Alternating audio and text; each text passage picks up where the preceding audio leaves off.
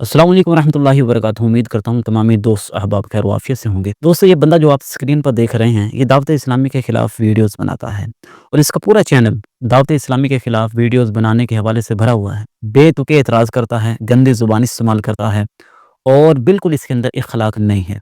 ना किसी बड़े का लिहाज, ना तमीज़, कुछ भी नहीं है इसके अंदर। ऐसे लोग जो हैं वो मुआशरे का नासूर होते हैं, मुआशरे के अंदर खराबी का सबब बनते हैं। ये अकेला नहीं है, इसके जैसे और भी लोग हमारे मुआशरे के अंदर मौजूद होते हैं। इनमें से अक्सर बेचारे होते हैं जो इल्म दीन से ना आशना होते हैं। एक दिन भी वो मदरसे नहीं गए होते, किताब का उन्होंने मुँह नहीं देखा होता, लेकिन इसी तरह के फितनाबाज़ लोगों की बातों में आकर वो गुमराही का शिकार हो जाते हैं और अल्लाह वालों के खिलाफ उनके दिल के अंदर बुग़्ज़ पैदा हो जाता है। अब कोई आकर लाख उनको दलाइल दे, लाख समझाए, लेकिन उन बेचारों की सुई एक जगह पर अटक जाती है। अब देखें कि जो जमात सवाद आज़म है, एक बहुत बड़ी जमात है, जिसके बारे में अल्लाह के नबी ने फरमाया था, मेरी उम्मत में फ़ितना फैलेगा, फ़िरके बनेंगे, लेकिन एक जमात जो है, वो हक़ पर कायम रहेगी। आप समझने की कोशिश करें। अल्लाह के नबी फरमा रहे हैं कि मेरी उम्मत के अंदर फ़िरके बनेंगे, लेकिन हक़ को पहचानने की क्या दलील होगी? हक़ को कैसे पहचाना जाएगा? हर फ़िरका कह रहा होगा कि मैं हक़ पर हूँ, मैं हक़ पर हूँ, मैं हक़ पर हूँ। हक़ को कैसे पहचाना जाए? अल्लाह के नबी ने फरमाया था, उम्मत में गुमराही ज़रूर आएगी, लेकिन एक बड़ी जमात जो है वो क़यामत तक हक़ पर कायम रहेगी। वो सवाद आज़म होगा, यानी कि बड़ी जमात होगी। अल्लाह ताला उनका हामी और नासिर होगा। तो प्यारे भाइयों, हम लाख पीट लें भाई, सवाद आज़म को फ़ॉलो करो, ये छोटे-छोटे टुकड़े ना बनाएँ, बाद में ये फिर बड़े-बड़े फ़िरके बन जाएँगे। तो आज के लोग समझते नहीं हैं, मुसलमानों पर शिर्क व बिदअत के फ़तवे लगाते हैं। हालाँकि अल्लाह के नबी ने बुखारी शरीफ की हदीस हैं और सियासत के अंदर ये हदीस मौजूद हैं, ख़वारिज की अलामात में से बताया था कि कुरान पढ़ेंगे, लेकिन कुरान इनके हलक से नीचे नहीं उतरेगा। कुरान की वो आयत जो बुतों के हवाले से नाज़िल हुई, वो मुसलमानों पर चस्पा करेंगे। सारे लोग जो सोशल मीडिया देखते हैं, ऐसे लोगों की बातों में आकर, ख़वारिज की बातों में आकर मुसलमानों को बिदअती और मुशरिक गुमान करना शुरू हो जाते हैं। तो प्यारे भाइयों, ऐसे लोगों से बचें। ये अल्लाह के नबी ने फरमाया था, अगर मेरे होते हुए ये लोग आ जाते तो मैं इनको कौम आद की तरह, कौम समूद की तरह कत्ल करता। ऐसे फितना परवर लोगों से हमें बचना चाहिए। देखिए, दावत इस्लामी के अंदर आप जाएँ ना, आप अंदर जाकर देखें, गहराई से दावत इस्लामी को देखें तो बहुत बड़े लेवल पर दीन मतीन की खिदमत हो रही है। हर शोबे के अंदर दीन की खिदमत हो रही है। 20 ममालिक के अंदर जाकर ये जामियात बना रहे हैं, मसाजिद बना रहे हैं, गैर मुस्लिम इनके थ्रू इस्लाम में दाखिल हो रहे हैं। तो अल्लाह ताला दीन मतीन की खिदमत अल्हम्दुलिल्लाह दावत इस्लामी से ले रहा है।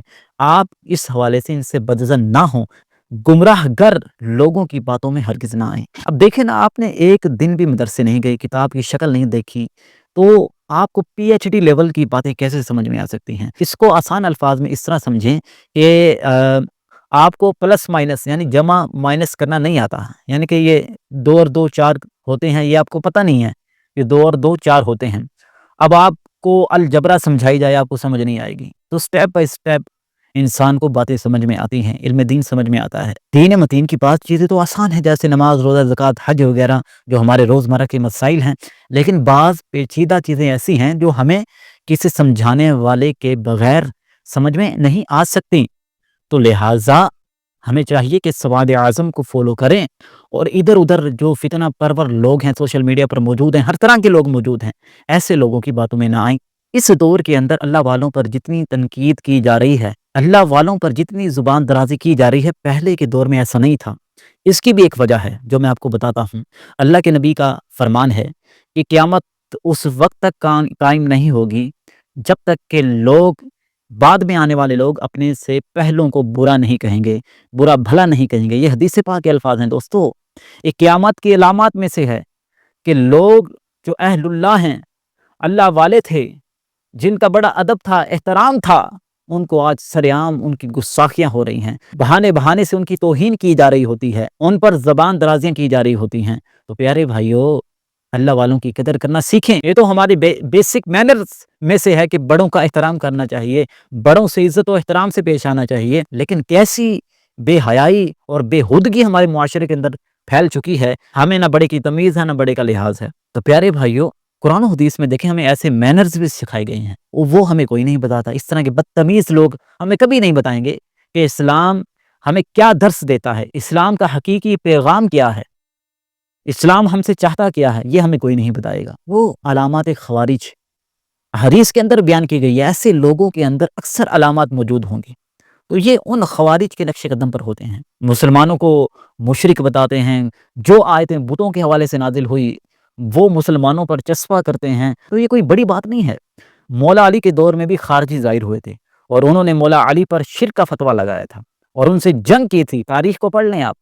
جب مولا علی کو ان لوگوں نے نہیں چھوڑا، قرآن پڑھ پڑھ کر ان پر شرک کے فتوے لگائے، تو آج کے علماء صالحین ان کے سامنے کیا چیز ہیں؟ عام لوگوں کو ان لوگوں سے بچنا ہے۔ اللہ ہم سب کا حامی و ناصر ہو۔